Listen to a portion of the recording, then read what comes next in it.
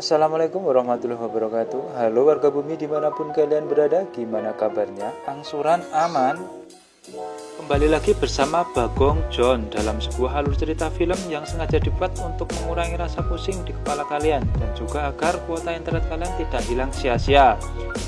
Film yang diproduksi oleh 20 TH Century Videos ini bercerita tentang sebuah legenda supranatural kuno yang berimbas kepada kekosongan pikiran, di mana si pelaku yang mempercayai akan tetap hidup dan yang tidak mempercayai akan mati dengan tragis. Seperti apa alur dan jalan ceritanya? Basahi tenggorokan, nyalakan rokok, matikan lampu, dan inilah dia The Empty Man.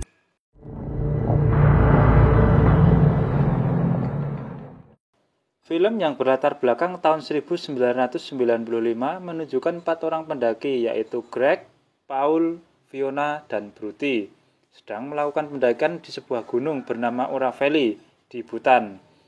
Di awal perjalanan mereka terlihat bebas hambatan melewati hutan, sebuah jembatan, dan akhirnya mereka sampai di sebuah bukit. Think we should head down? Yeah. Di mana dari atas bukit, Greg melihat akan ada sebuah badai besar di atas sana. Mereka berempat sepakat untuk tidak melanjutkan pendakian. Saat mereka melakukan perjalanan turun gunung, salah satu dari mereka yang bernama Paul seolah mendengar suara yang membuat dirinya penasaran untuk mencari dari mana asal suara tersebut. Namun di sini Greg, Fiona, dan Bruty tidak mendengar suara apapun. Di saat Paul berjalan mencari sumber suara dari arah tepian tebing, justru Paul terperosok ke dalam sebuah tebing bebatuan yang sempit dan gelap.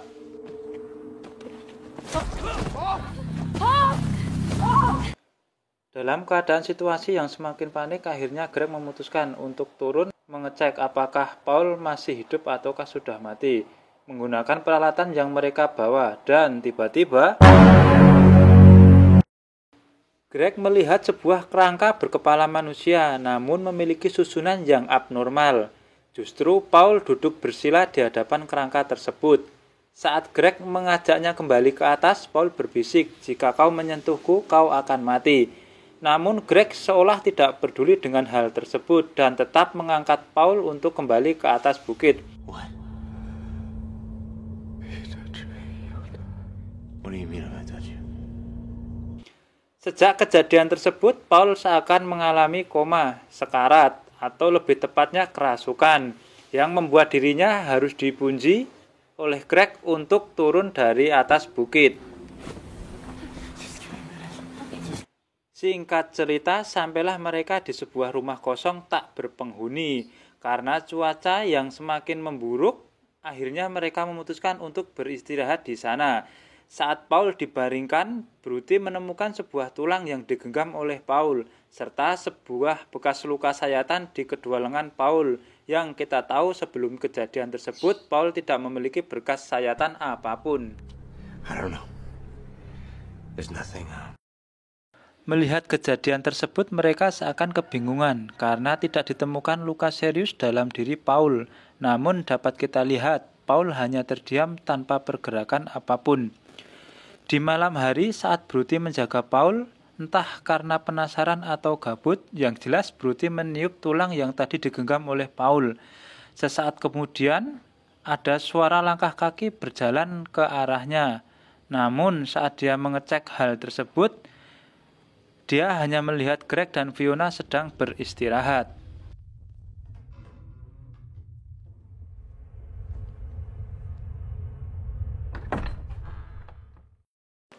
Di pagi hari, di hari kedua, terlihat badai salju semakin memburuk. Setelah mereka selesai sarapan, Fiona dan Greg memutuskan untuk pergi mencari bantuan. Sesaat meninggalkan Bruty dan Paul di sana. Tak berselang lama setelah kepergian Fiona dan Greg, Bruty melihat seseorang di tengah badai salju. Lantas dia pun berlari keluar, berharap orang tersebut mau memberi bantuan. Namun saat Bruty memanggil orang tersebut, tiba-tiba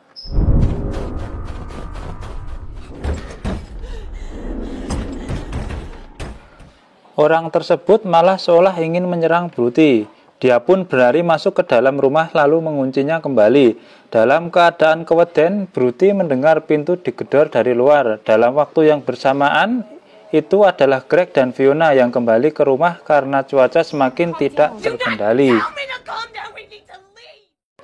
Setelah mereka berdua masuk, Brutti menanyakan kepada mereka, apakah ada orang lain di luar sana? Mereka menjawab tidak ada seorang pun di sana. Dalam keadaan semakin frustasi karena sang kekasih tak kunjung sadar, Brutti seakan kalut dan ingin segera pergi dari sana. Namun Fiona dan Greg meredam keinginan tersebut. Di malam hari saat Brutti tertidur, Paul tiba-tiba tepat berada di samping telinga Brutti, seakan membacakan sebuah mantra kepadanya. Suki, Melarat. Di pagi hari di hari ketiga saat Brutti terbangun dari tidurnya, dia kebingungan karena Paul sudah tidak berada di sana. Lantas mereka bertiga pun berinisiatif untuk keluar mencari keberadaan Paul. Dan benar saja, Paul sedang duduk bersila di depan sebuah jembatan yang tempo hari mereka lalui dengan pandangan mata yang kosong. Greg yang sudah sedikit kesal mencoba untuk tetap menyadarkan Paul, namun justru dari belakang Brutti menusuk punggungnya dengan sebuah pisau dan menebas leher Fiona, kemudian mendorong mereka ke dasar jurang. Kemudian tak berselang lama setelah Brutti menatap Paul, dirinya juga ikut terjun bebas ke jurang tersebut.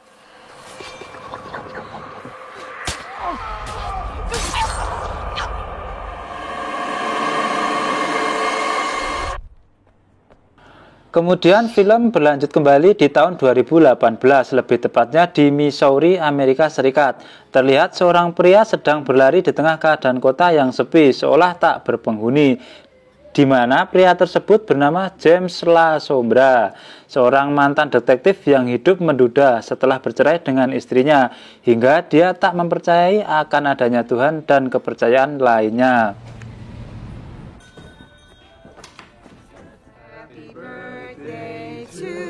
Suatu ketika dia menemui putrinya yang bernama Amanda yang kini tinggal bersama mantan istrinya. Setelah sampai di rumah James, kita diperlihatkan foto seorang wanita dan anak laki-laki, di mana dua orang ini adalah anak dan istrinya, yang entah sudah meninggal atau gimana, yang jelas mereka selalu hadir di mimpi James.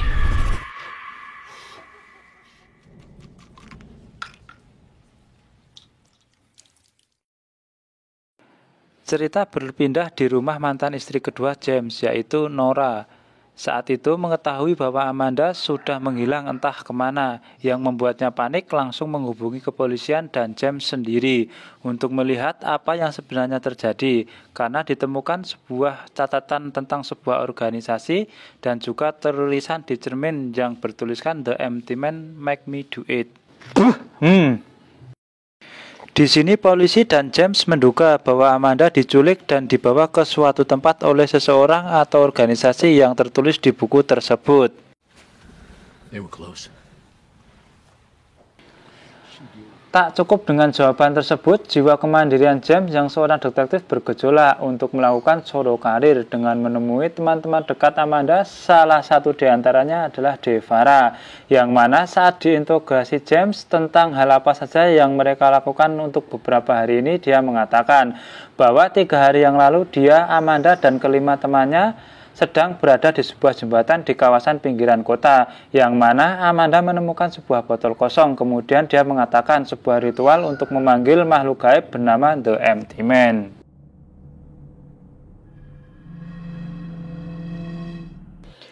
Di mana ritual pemanggilan ini cukup mudah, bahkan hanya bermodal abab, tanpa harus membeli ini itu dan sebagainya.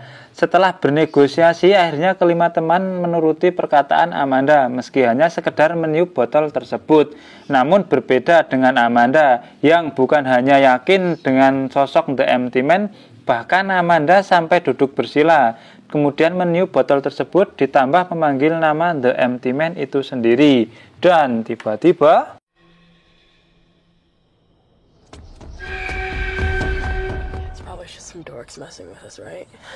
di keesokan hari setelah kejadian tersebut terjadi hal-hal aneh yang dirasakan Devara, di mana dia melihat Amanda membisikkan suatu mantra sama seperti yang dilakukan Paul kepada Brutti di saat itu.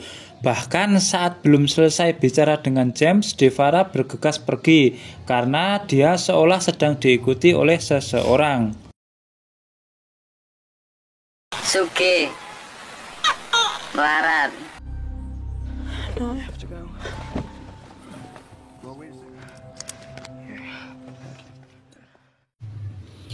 Bermodal sebuah alamat yang diberikan Devara, James mendatangi satu persatu teman Amanda yang di malam itu mengikuti ritual tersebut.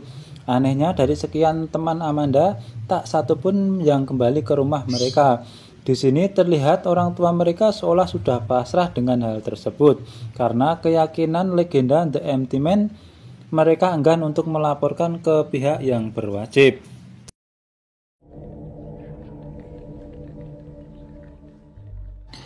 Karena penasaran dengan lokasi yang diceritakan Devara, James akhirnya mendatangi lokasi tersebut sendirian di sebuah jembatan yang mereka jadikan tempat ritual, di mana saat James sampai di sana dia menemukan sebuah botol yang dijadikan sarana pemanggilan. Lagi-lagi sebelum botol tersebut dibuang, James meniupnya terlebih dahulu dan tiba-tiba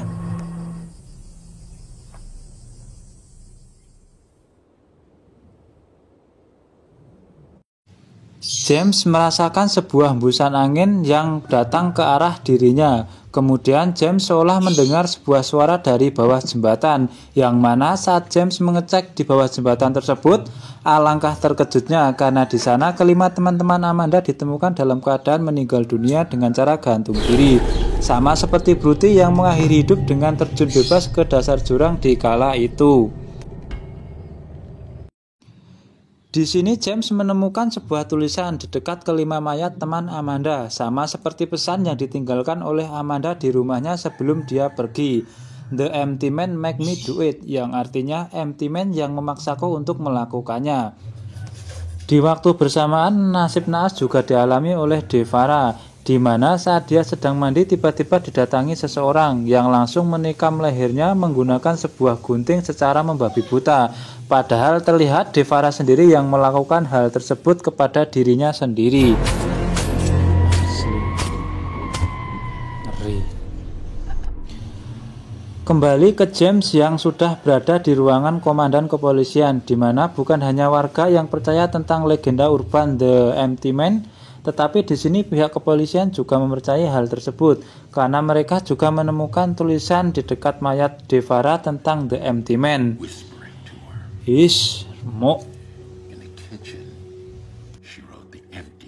Untung menenggon film asli tenanan ya repot nek kahanane ngene iki.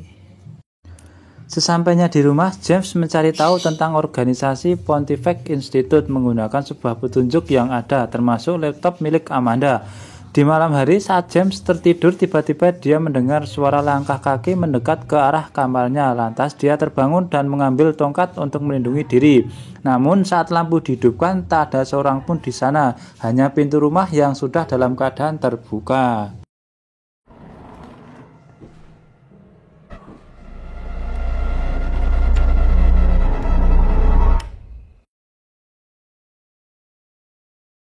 Singkat cerita, pagi hari pun tiba, di mana James mendatangi gedung organisasi Pontifex untuk mencari petunjuk tambahan di sana, termasuk saat dia mendengar seseorang menjelaskan tentang organisasi Pontifex yang menyangkut tentang The Empty Man.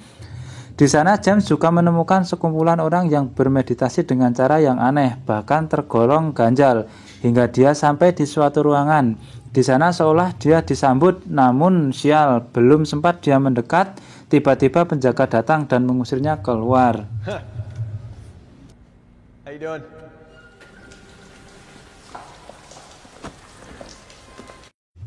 Karena sudah disetting film ini berlanjut, di luar James bertemu dengan salah satu pengikut organisasi Pontifex yang bernama Garrett. Ini dia perwujudannya. Di sini Garrett mengatakan bahwa Amanda masih hidup, namun berada di tempat lain di camp Pontifex. Dengan sebuah peta, James menuju lokasi camp yang ditunjukkan oleh Garrett. Sesampainya di sana, James masuk dan menemukan sebuah lemari berkas, yang mana di sana terdapat nama Amanda dan juga kelima teman Amanda yang telah tewas gantung diri sebelumnya. Terlebih lagi, dia kaget karena di sana ada berkas yang bernama dirinya, yaitu James La Sombra. Tak cukup sampai di situ, James juga menemukan sebuah DVD. Saat dia memutar DVD tersebut, terlihat kumpulan orang sama seperti yang ia temui di gedung Pontifex sebelumnya. dan juga orang yang melukis sesuatu di dinding. Baru dia sadari bahwa lukisan dan tempat di video itu adalah tempat di mana dia berdiri saat ini.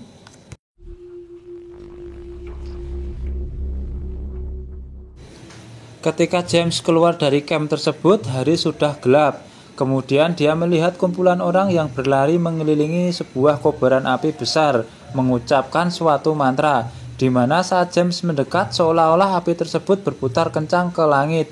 Namun anehnya saat dia membuka mata, kobaran api tersebut menghilang, dan orang-orang yang mengelilingi api tersebut seolah menatap ke arahnya. Saat James sadar akan hal itu, dia berlari. Alangkah kagetnya karena James melihat bahwa orang-orang tersebut juga ikut berlari ke arahnya.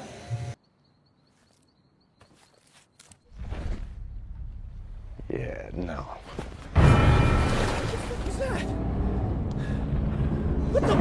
Ketika James berhasil keluar dari sana, dia sampai di kantor penyidik dan menyerahkan semua berkas yang ia temukan di Pontifex. Dan justru hal itu membuat penyidik memarahi dirinya karena saat itu James memang sudah bukan dari anggota kepolisian, melainkan hanya seorang mantan detektif.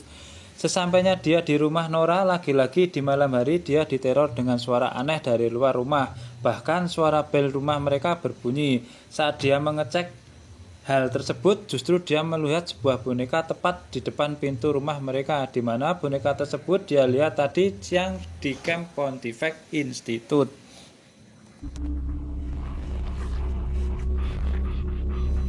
Singkat cerita, pagi hari pun tiba, di mana James mengikuti kegiatan organisasi Pontifex, termasuk Gareth yang menuju ke sebuah rumah sakit, di mana di sana ada pasien, seorang kakek tua yang nampak dalam keadaan koma.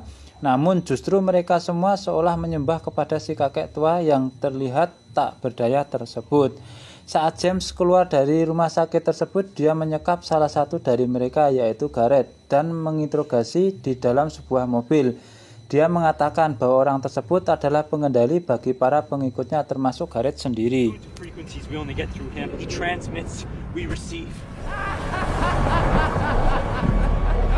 Di malam hari, James kembali menyusup masuk ke dalam gedung Pontifex Institute untuk mencari tahu siapakah orang yang mereka sembah tersebut. Namun lagi-lagi dia menemukan berkas atas nama dirinya sendiri, kali ini dengan data yang lebih valid dan lebih lengkap, seperti kejadian kecelakaan yang menewaskan istri dan anak laki-lakinya di pernikahan pertamanya.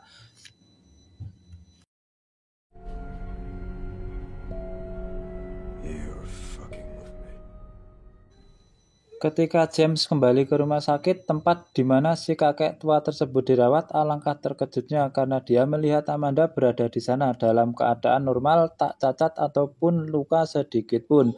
Lantas James kembali menanyakan kepada Amanda tentang siapa sebenarnya si kakek tua tersebut. Kemudian Amanda menjawab bahwa dialah sosok The Empty Man, sang pengendali dan pemberi sinyal kepada para pemujanya. Modulated by an input signal. He transmits, we receive. Di sini terungkap fakta bahwa dia adalah Paul, pendaki yang menemukan kerangka The Empty Man di Bukit Ora Valley tahun 1995. Yang mana saat dia kembali justru membawa petaka bagi orang-orang di sekelilingnya. Karena sosok arwah iblis The Empty Man tersebut membawa kesesatan yang kembali bangkit setelah 500 tahun terkurung. Meski menggunakan wadah baru berwujud manusia, yaitu Paul itu sendiri.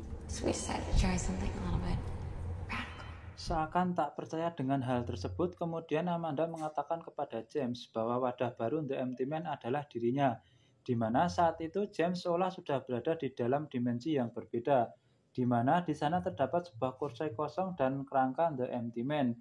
Dan ketika James mendekat ke kerangka tersebut, tiba-tiba sosok hitam keluar dari sana dan berusaha mengejar dirinya.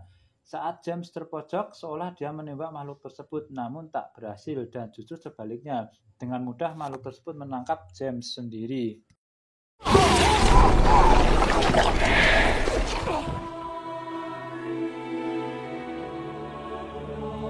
Setelah makhluk tersebut berhasil masuk ke dalam diri James, kemudian dia resmi menjadi wadah baru The Empty Man, yang mana dia kemudian menembak mati Paul saat itu juga.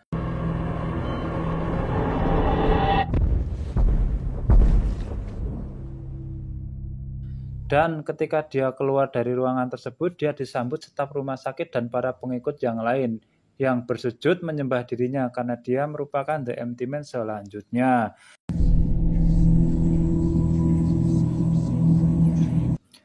Tamat, ending dan pesan yang dapat kita ambil dari film ini, tetaplah waras meski kenyataan kadang ugal-ugalan. Saya mewakili Bagong John beserta redaksi pamit undur diri. Terima kasih telah menonton video ini dan salam botol kosong tanpa isi.